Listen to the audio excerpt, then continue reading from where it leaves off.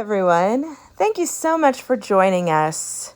I am Alex Gosse, and in collaboration with Craft Resin, we are making a line of videos this year to help you explore your craft resin and understand how it works and to really get the best of the product, because it's such a wonderful, wonderful product to use. And I am thrilled that they have me sharing my tips with you on how to make the most of it. I will be doing a demonstration for you on how I made this piece with Craft Resin and Craft Resin white pearl mica. In this tutorial, I will be doing a step-by-step demonstration on each of the aspects of craft resin that are important to cover in order to make sure that you get a really good product as your end result. First and foremost, it cannot be overstated how important it is to have on your safety gloves and to have on a respirator. It is incredibly important not to get resin on your skin and not to be breathing it in. Even though craft resin is one of the best on the market for low VOC, it's still very important to wear a respirator. So, what I'm showing you here is behind the Wizard of Oz curtain. So I have on my work desk, I have a heated plant mat that I have a glass mat on top of to disperse the heat more evenly. And that never does go above 95 degrees. It is really important, if you decide to go this route, to make sure that you really test it, that you never leave it unattended. I only use this while I'm in my workspace. And then I have a plastic layer and a Lazy Susan because I will be doing a lot of doming this afternoon. And I'm testing with my level to make sure that everything is level now that I've moved it and placed it all back. You don't have to do that, obviously, if you're not changing around your workspace. I use paint mixing cups that I know are very well marked on the side for measurements. It's important to test whatever you're measuring in that it is in fact marked correctly. I know that these are. And I've put my craft resin into a condiment squeeze bottle because I find just this to be the most convenient when I'm working with large amounts of craft resin. It's easier for me to have it in this bottle than it is in the larger bottle. So I like to take it from the larger bottle, put it in the squeeze bottle, and then all I have to do is squeeze it and turn it upside down when I'm in the process of being creative. I really like to try to do all of my work when I'm not sitting in a creative space. So fill up my bottles, do all of that, and then when I'm ready to create, there's the least amount of resistance when I want to make something, and I can just make it, mix it, make sure I'm safe, and then invest all of my creative energy into whatever the piece is that I'm working on to make it really great. So you'll see how thin the craft resin is before I even mix it. This is 95 degrees. This tutorial will be done in Fahrenheit, but I will add information in the description for where you can find a chart to find out that information in Celsius, because obviously we want everybody to be able to get the information that they need on the right temperature. But what's really important, the temperature is incredibly important, but additionally, when the temperature is the right temperature, you will see that your craft resin is very, very, very low viscosity. It is like water at this point.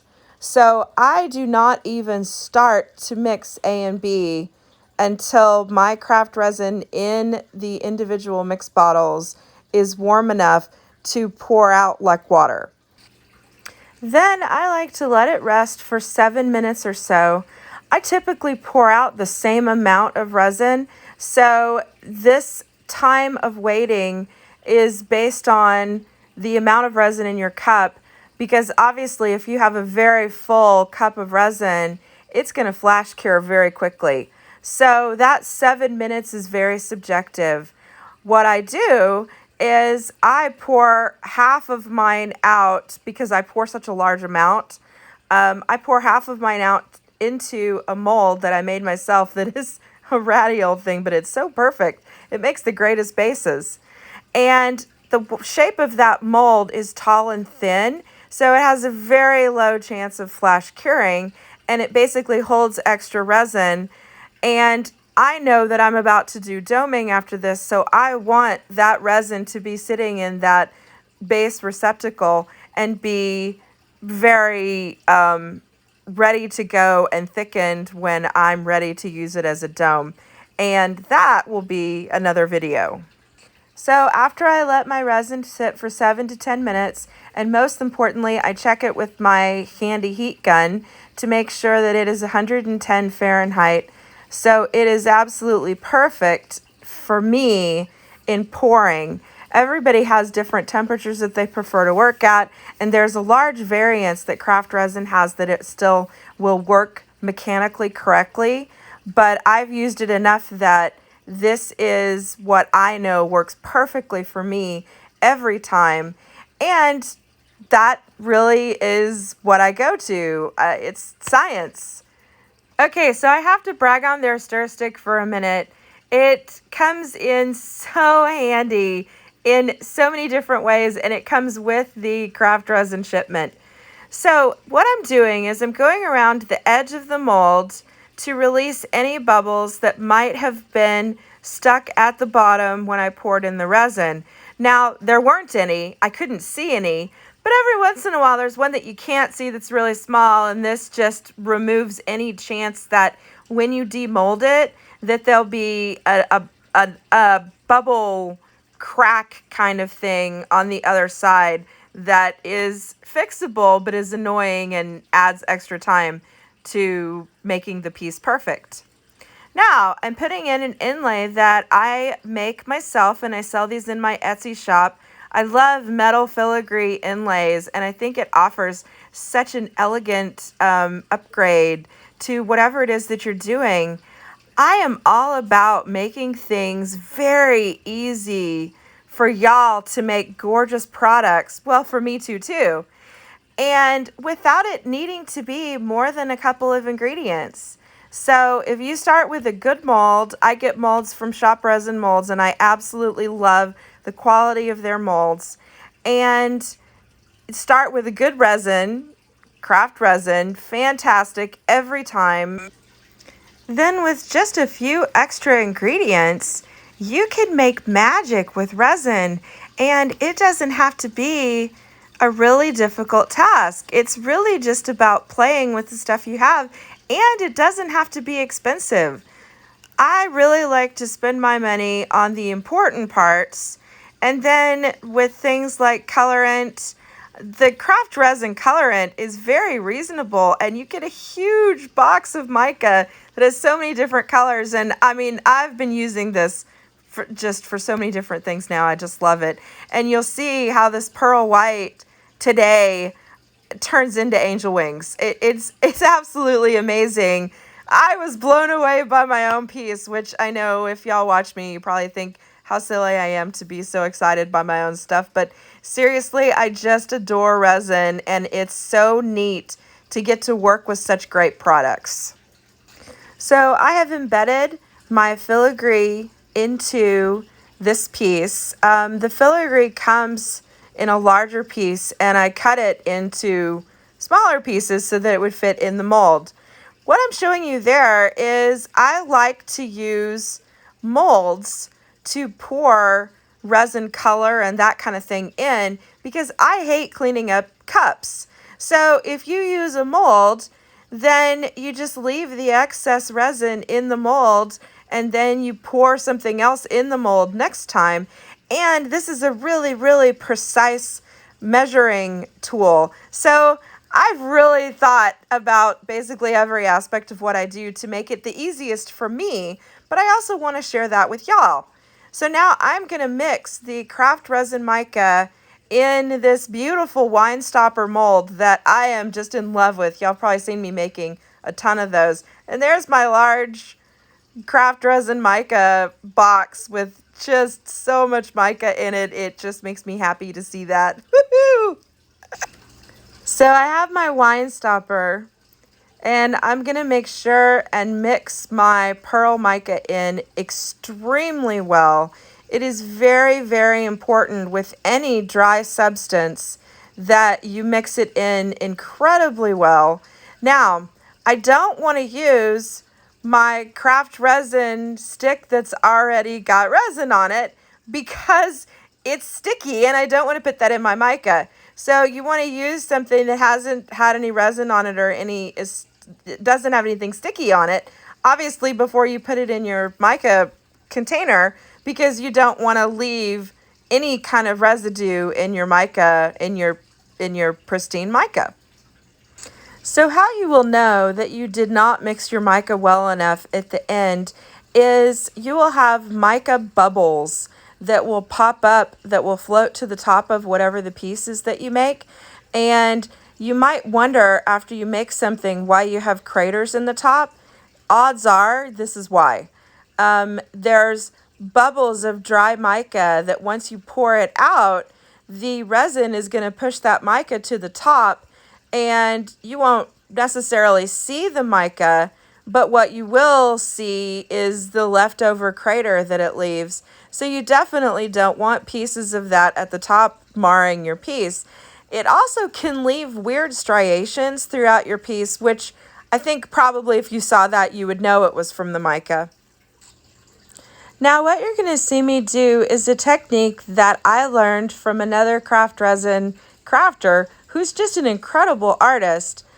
Chrissy with Stand Together UK makes these marble pieces where she does a craft resin mica and then she adds a fair bit of pinata white and then just a couple drops of silicone and then just a few mixes. So I did this with white as the base because I'm not really trying to create a marble. I'm trying to create wings. I want this to look, or clouds, somewhere in the angel cloud realm, because I'm making this piece for somebody I think is an angel, and we are celebrating her birthday this weekend, and I wanted her to know how much I love her, and that was how I felt like I could express to her what she means to me, that she is just absolutely an angel, and I wanted to get as close to that as I could with this piece, and I have to say, I feel like I really did. This is the first time that I have used this marble technique with same tone on tone. I've done this a few other times, actually creating the marble effect that Chrissy designed, and it's such a good effect. There are a bunch of great videos on the Craft Resin YouTube channel demonstrating this technique with different colors of mica. Chrissy is just brilliant for this. So I skirted the edge, which is why I used the stopper so that I could be very precise and only get the white right at the edge. And now I'm going to blow it in very, very carefully. So this resin has thickened up quite a bit, and that was purposeful. I wanted the white to go into the clear after the clear had plenty of opportunity to settle itself in, because I want the filigree to be very prominent, and I don't want there to be a lot of white that drifts in to the filigree. So I want this to be a situation where I put the white where I want it to be, but that it doesn't drift any further than where I want it to be. And the way that you do that is your resin having time to thicken up. And this brings me to my very favorite thing about craft resin. I love that you can do everything from it being a very thin, watery, low viscosity, which is extremely useful for intricate and small molds. But then you can also use it as a thick viscosity, which is great like for doming and different aspects where it's very valuable to have the resin be really thick and stay put, much like how I'm using it here. So I love the diversity of ability that craft resin has to be everything from a watery, really, really thin, low viscosity resin that gets into all of the little nooks and crannies that makes it super easy to pour a very intricate mold, or like I was doing here, to use a very intricate filigree. But also then you can let the resin thicken up and pull color through it, like I will be here in just a moment with these angel wings, and pulling the white through and getting this wonderfully delicate feeling is so amazing. I'm adding the last bit of the white, but I saw that I really needed to push down the filigree. It is floating because my filigree is not actually made of metal to make it non-reactive. So it looks like metal, but it isn't actually metal. So if the right circumstances happen, the filigree might float in the resin, which is easily corrected. You just push it down, and that's also why I need the resin to thicken up to a certain degree. This can also be corrected by pouring this piece in 2 layers. You could pour the first clear layer and embed the filigree in the first layer, and then let it cure enough that nothing moves, and then move on to the second layer and just do clear in the center and the white around the edge the way that I did. But I knew that I would be able to get the filigree to flatten enough because I knew that the resin was going to be thick enough by the time I did the white that the filigree would settle and it would all be fine. So I finished off the last of the white. I wanted to make sure and get enough of it to fill it out around all of the edges, so that here in just a moment I can use my tweezers that I use for all kinds of things, getting out pet hair and stuff like that commonly, but I also use these as an artistic tool. I like the 2 prongs at the end to be able to pull the color through the clear and get the very, very ever so slight pull of the color like angel hair. So I'm blowing out the bubbles, and I'm also blowing the white back into itself to make sure that it doesn't move too far onto the filigree, because I'm going to pull it out onto the filigree exactly where I want it to be, and I don't want it to be haphazardly placed by the heating tool. If y'all have any other techniques that you'd like me to try, or anything you'd like to see me do, I would be happy to do that on my YouTube channel, and we might have a tutorial coming up on Craft Resin as well. So please be sure and let us know in the comments if you have any questions about my technique, if you have any questions about the products that I used, and if there are things that you'd like to see me do with Craft Resin. I would be thrilled for y'all to let me know of something that's been sitting on your back burner, or you want to try but maybe you don't have the right tools for it. After doing this for so many years, I have a whole lot of tools. So I would be happy to try a new technique, and I love to learn. So if something works, if it doesn't work, whatever, I'll show you an honest tutorial of me doing it, and we will learn together. You can see here, if you have a large enough screen, that I am pulling the white into the clear ever so softly. So I never let my tweezers hit the bottom. They're not even hitting the filigree. They are just right at the top. And now I'm doing swirls inside of the mica and mica alcohol ink and silicone, because I want to get just a little bit more movement and I want it to feel swirly. So it's just right on the top. Very, very, very light touch, not going to the bottom, not disturbing the piece that's on the bottom. And also, I don't want these tweezers to touch the silicone because they could scratch it.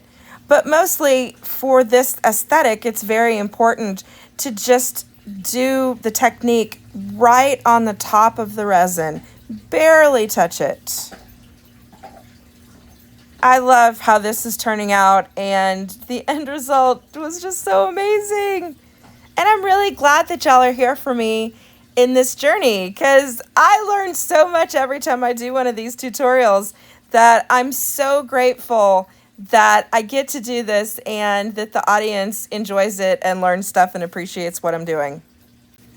So the one tip that I consider the most important that I would tell somebody new to resin is temperature. Making sure that your temperature is the right temperature before you even mix anything, and that it is the right temperature while it's curing for the entire 24-hour period will produce such good results, and it is so vital. There are lots of other things that are important to consider, but this is the most important tip I would tell somebody starting out. So this is the wine caddy after the first pour. I will be sanding it and doing a dome.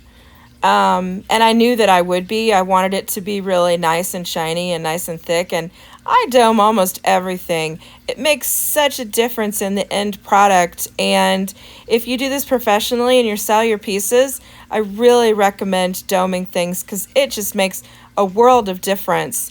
And this is the back of the piece, so you can see that really the filigree did stay at the bottom and the white stayed on top of it, which I love. I wanted it to look different on both sides. Please be sure to like and subscribe, and there's so many other great videos on the Craft Resin YouTube site.